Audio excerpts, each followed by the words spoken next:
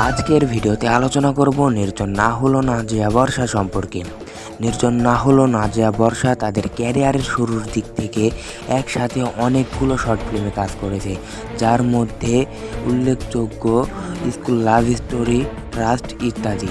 নির্জন না হলো নাজিয়া বর্ষা তারা মূলত 2018 দিক থেকে অভিনয় জগতে পা দেয়। তারা দুইজনেই শখের বশে অভিনয় জগতে এসেছিল। এখন তারা অনেক বড় সেলিব্রিটি। বর্তমানে নির্জন তার শর্ট ফিল্মের জন্য বিখ্যাত।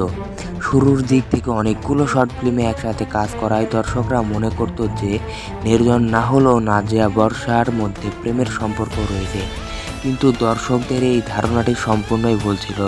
নির্জন না হলেও নাজিয়া বর্ষা আসলে কলেজ ফ্রেন্ড। তারা অভিনয় জগতের বাইরে অনেক ভালো বন্ধু। তাদের দুইজনের কাজ খুব একটা বেশি দেখা যায় না বর্তমানে, কিন্তু তারা শুরুর দিকে অনেকগুলো শর্ট ফিল্মে একসাথে কাজ করতো। তো এই ছিল আজকের ভিডিও। যদি ভিডিওটি ভালো লেগে থাকে তাহলে প্লিজ চ্যানেলটিকে সাবস্ক্রাইব করবেন এবং টক্সি বাংলার সাথে থাকবেন এবং কমেন্টে আপনাদের মতামত জানাবেন।